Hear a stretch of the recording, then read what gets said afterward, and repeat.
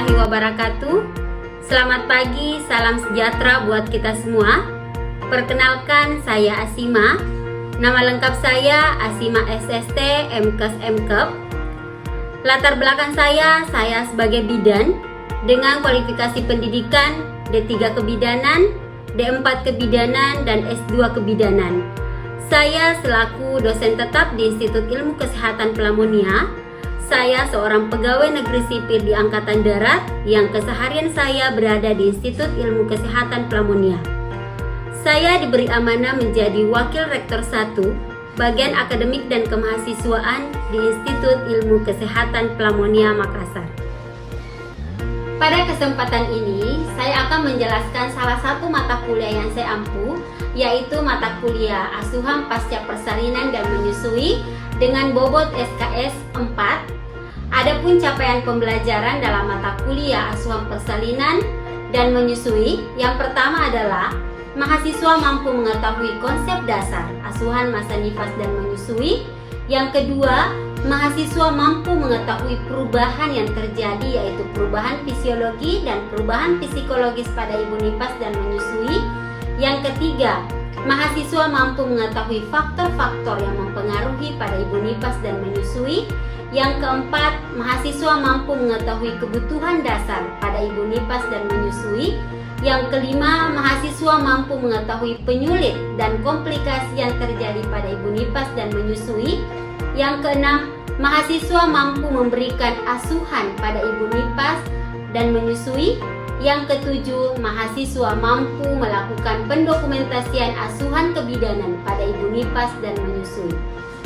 Berikut ini saya akan mendeskripsikan salah satu materi yang ada pada pertemuan ke-6 dalam mata kuliah Asuhan Pasca Persalinan dan Menyusui, di mana yang pertama adalah ambulasi, kemudian yang kedua adalah eliminasi, yang ketiga adalah kebutuhan istirahat, yang keempat adalah kebutuhan personal hygiene, yang kelima adalah kebutuhan seksual, yang keenam kebutuhan olahraga atau senam nifas, dan yang ketujuh adalah kebutuhan pendamping nifas. Saat ini kampus IKAT Pelamonia sudah bisa melaksanakan pembelajaran secara offline, sehingga kita bisa melakukan interaksi langsung kepada mahasiswa. Dalam proses pembelajaran, saya menggunakan beberapa aplikasi tambahan untuk mendukung teknologi selama proses perkuliahan berlangsung, yaitu adanya barcode terhadap identifikasi mahasiswa melakukan absensi. Kemudian, metode lain yang saya gunakan adalah metode DIA atau Delivery, Interaction, dan Assessment, di mana dalam metode ini saya memberikan ceramah atau penyampaian materi yang diharapkan agar mahasiswa dapat menerima materi secara luas dan tepat agar bisa mengaplikasikan bila mahasiswa telah melakukan praktek ke rumah sakit maupun ke lahan yang lainnya. Sebelum memulai materi, biasanya saya melakukan refleksi terlebih dahulu untuk mengetahui sejauh mana kemampuan mahasiswa memahami materi yang telah saya sampaikan sebelumnya. Kemudian, dalam proses penyampaian ini, saya selalu memberikan arahan terkait dengan materi dan proses yang saya sampaikan. Setelah penyampaian materi, saya menanyakan kembali apakah materi yang saya sampaikan mahasiswa bisa pahami atau tidak.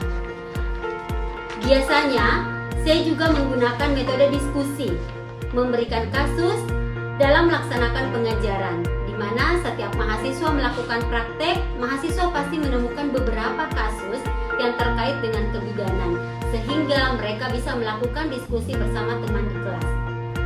Dalam melakukan penyajian serta penilaian, saya selalu melakukan teknik transparansi kepada mahasiswa. Dengan hasil, saya infokan mahasiswa melalui grup kelas, ataupun mahasiswa bisa melihat sendiri nilai dengan bisa mengakses siakat yang telah disediakan di Institut Ilmu Kesehatan Pelamonia.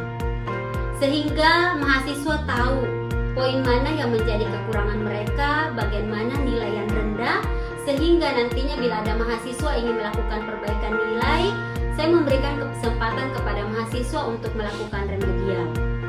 Untuk bobot penilaian, yaitu sebanyak absensi 10%, UTS 30%, UAS 30%, dan diskusi 40%. Berikut ini saya akan menunjukkan video pembelajaran.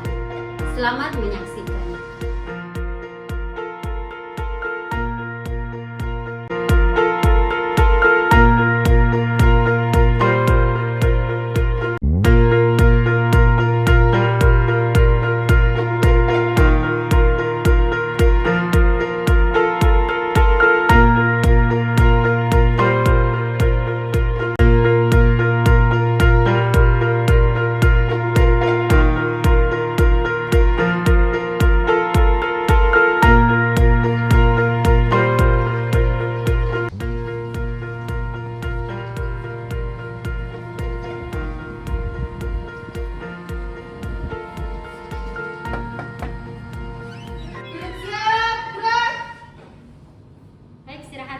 Istirahat di tempat, gerak. Selamat pagi. Pagi, Bu. Baik, terima kasih.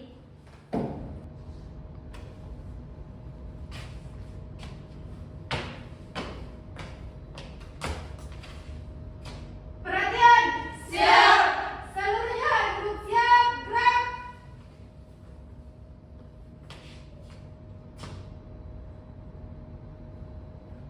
Lapor kelas 2A.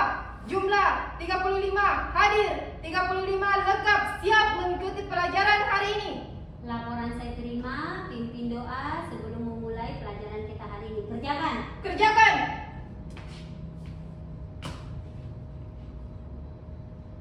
Sebelum memulai pelajaran, marilah kita membaca doa sesuai dengan keyakinan masing-masing. Berdoa dimulai.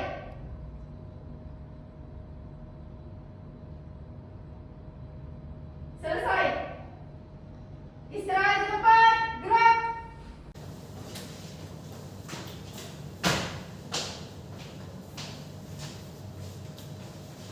Baik, Assalamualaikum warahmatullahi wabarakatuh.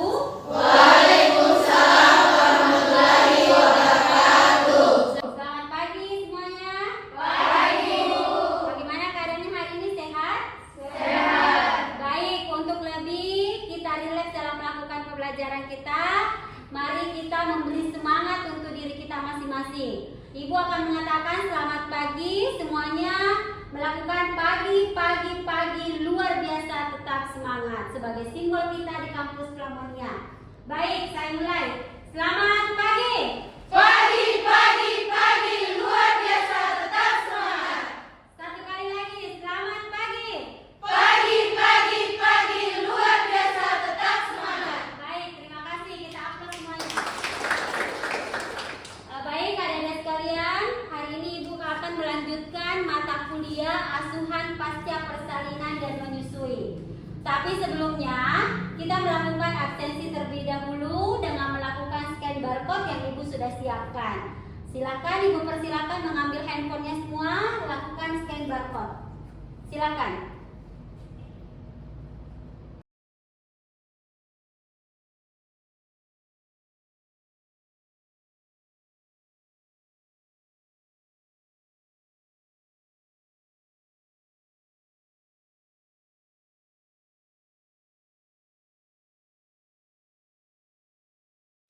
Baik, sebelum kita melanjutkan untuk pertemuan pada pagi hari ini, Ibu ingin menanyakan apakah materi yang Ibu saya sampaikan pada pertemuan kemarin adik-adik bisa paham atau bagaimana? Sebelum kita lanjut, ada yang ingin menceritakan ataupun materi yang telah didapatkan pada pertemuan kelima tentang perubahan yang terjadi pada masa nifas. Silakan, ada yang ingin? Silakan angkat tangan. Bagus, angkat tangan semua, saya pilih. Anissa, coba Anissa. Baik, terima kasih atas kesempatan yang diberikan. Perkenalkan, nama saya Anissa Humaira.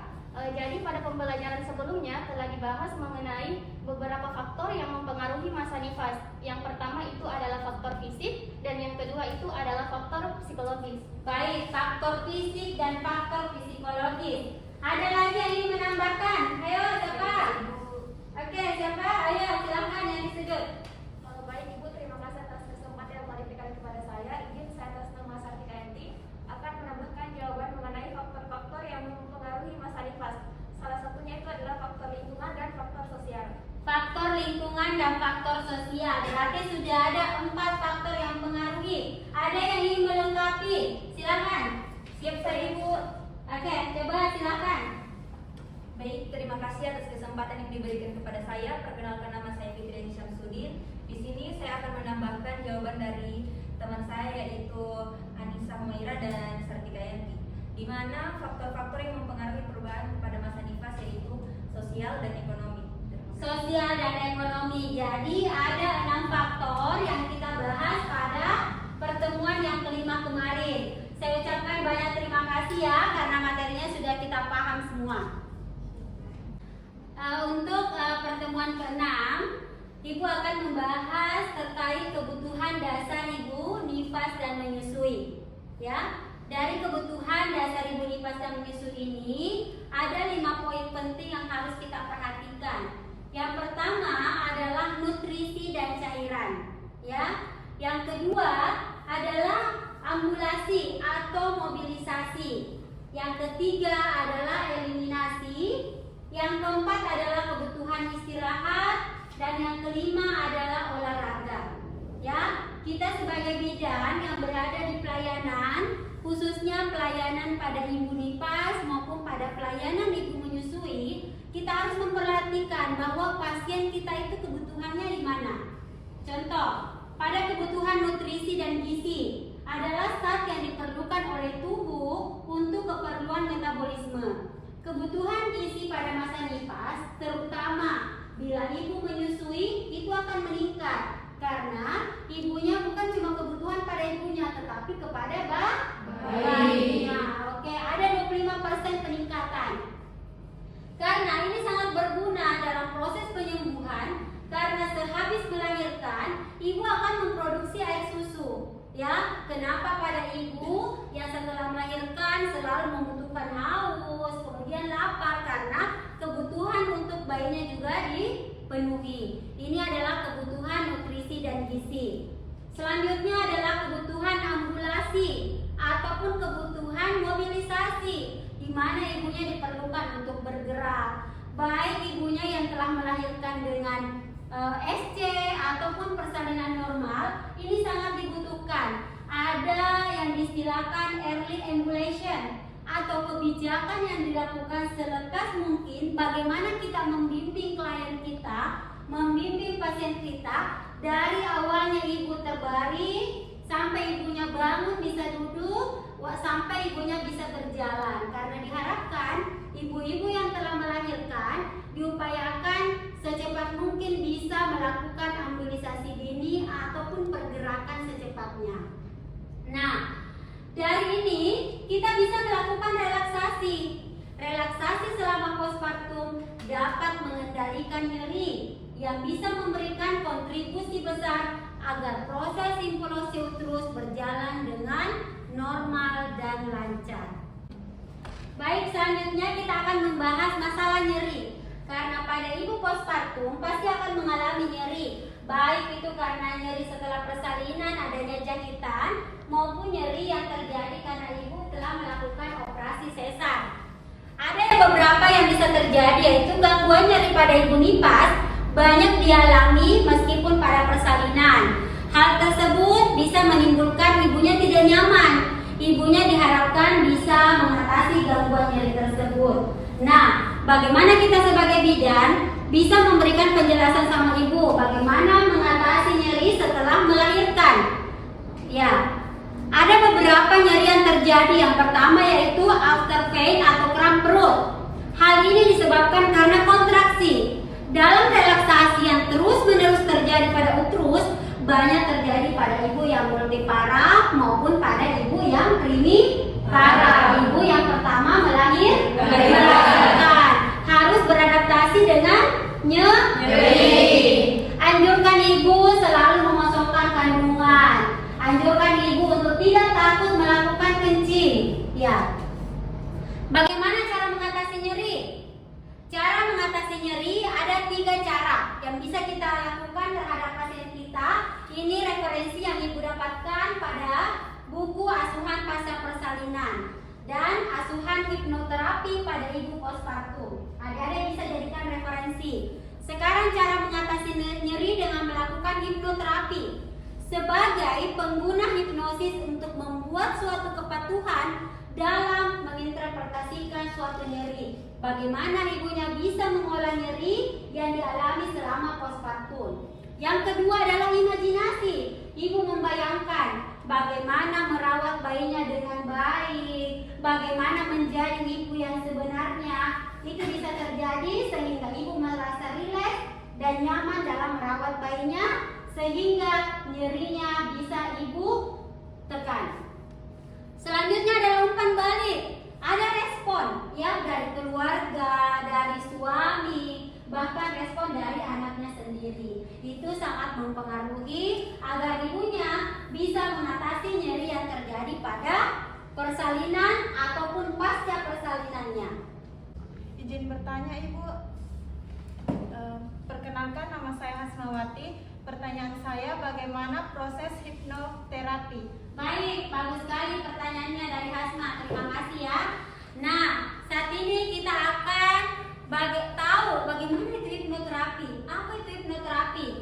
Proses hipnoterapi ini sudah lama dan dulu sering dilakukan oleh orang tua kita dengan memberikan sugesti, memberikan kata-kata positif ya kepada sang ibu ataupun kepada pasien kita agar dia bisa menjalani proses merawat bayinya dan proses involusi uterusnya berjalan dengan baik. Nah, ini dia tahapannya. Tahapan dari hipnoterapi. Yang pertama, apa yang harus kita siapkan? Anggaplah kita berada di rumah sakit, ya. Kita melakukan perawatan di rumah sakit. Kita siapkan ruangan, bagaimana ibunya bisa senyaman mungkin. Ibu bisa rileks, ibu bisa menikmati tanpa ada gangguan orang-orang di sekitarnya. Nah, ada siapkan ruangan yang tenang. Kita arahkan ibunya melakukan relaksasi otot. Upayakan kalau memang ibunya masih postpartum hari kedua, sarankan ibunya untuk berbaring saja. Berbaring, arahkan ibunya untuk merilekskan otot-otot, mulai dari otot kepala, mulai dari kepala, badan, kaki, jari-jari tangan. Bagaimana disarankan rileks? Ibunya berbaring terlentang sambil membayangkan dan merilekskan seluruh otot-ototnya. Kemudian arahkan ibunya untuk tarik nafas. Contohnya tarik nafas yang dalam. Atau kita contohkan di sini, boleh? Iya, coba. Semua letakkan. Ya, baik. Contohnya supaya adik-adik sekalian bisa mempraktekkan kepada pasiennya nanti. Coba luruskan semua kakinya. Iya. Baik, bisa dilepas maskernya dulu. Ya, Bu. Sebagai contoh.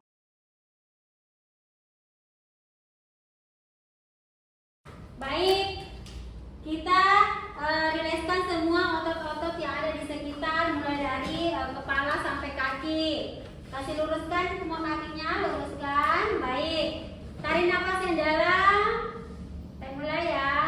Nafas pakai hidung, tarik nafas, lepas. Sampaikan kepada ibunya seperti itu. Tarik nafas yang dalam, lepas. Baik, setelah itu arahkan kepada ibunya untuk merilekskan ketegangan yang ada di sekitar jari-jari tangan, kemudian mata, hidung, pipi, kemudian bagian badan, bagian perut. Karena biasanya pada ibu yang telah melahirkan, pasti ibu banyak merasakan nyeri di sekitar bagian perutnya. Setelah itu bagian pinggul, dirilekskan lagi di sekitar kaki, jari-jari kaki. Upayakan tarik nafasnya melalui hidung, rilekskan otot-otot perut, keluarkan melalui mulut, ya. Kemudian rilekskan pikiran, sampaikan kepada ibu, hilangkan seluruh pikiran-pikiran yang negatif. Selalu menggunakan kata-kata yang positif. Tarik nafas ibu yang bagus sekali, ya. Coba ibu bayangkan setelah pulang nanti ke rumah, ibu sudah menjadi orang tua yang sebenarnya.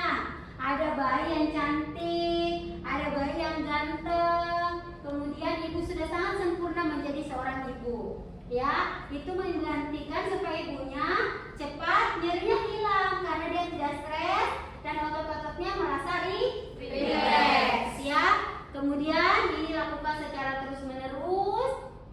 Mau dipraktekkan sekarang? Cara tarik nafasnya kita ulang satu kali lagi. Siap. Nah, coba tutup matanya.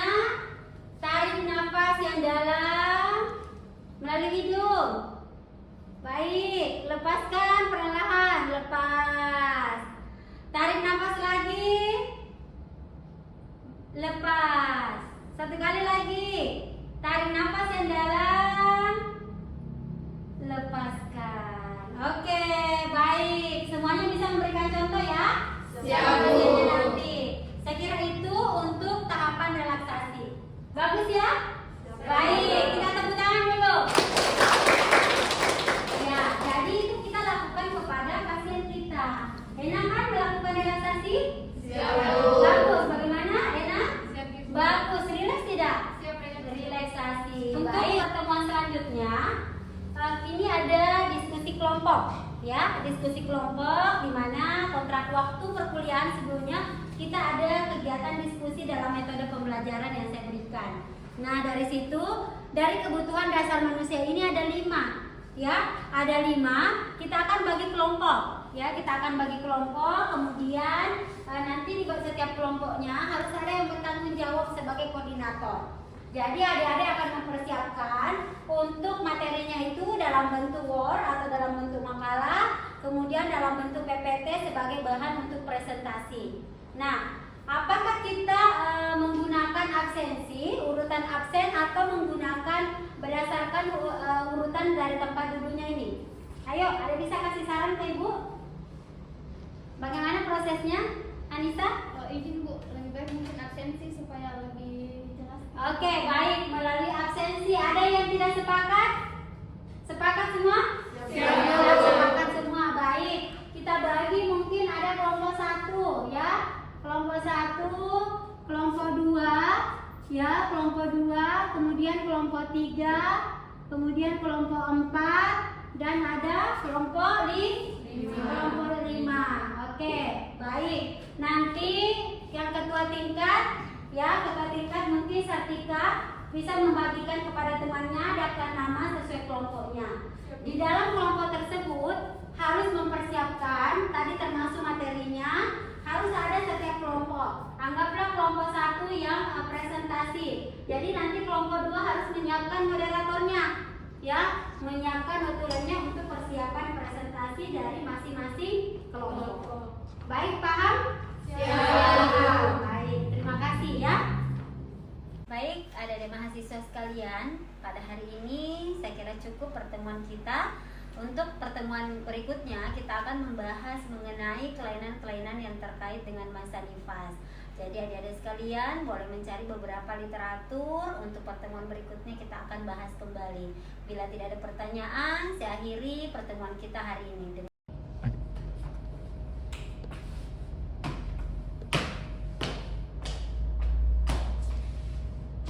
Perhatian. Siap. Duduk siap. Gerak.